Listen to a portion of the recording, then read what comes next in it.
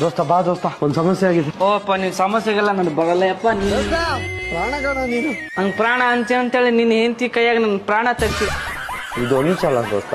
ಏನಾಯ್ತೀಗ? ಅಲ್ಲಿ ಕಾಣಿಸ್ತಾರಲ್ಲ ಅವರೇ ದೋಸ್ತ ಬೈದ್ರು ದೋಸ್ತ. ಏನಂತ? ನಂಗೆ ತಲೆ ಸರಿ ಇಲ್ಲ ಅಂದ್ರು. ಹಂಗಂದ?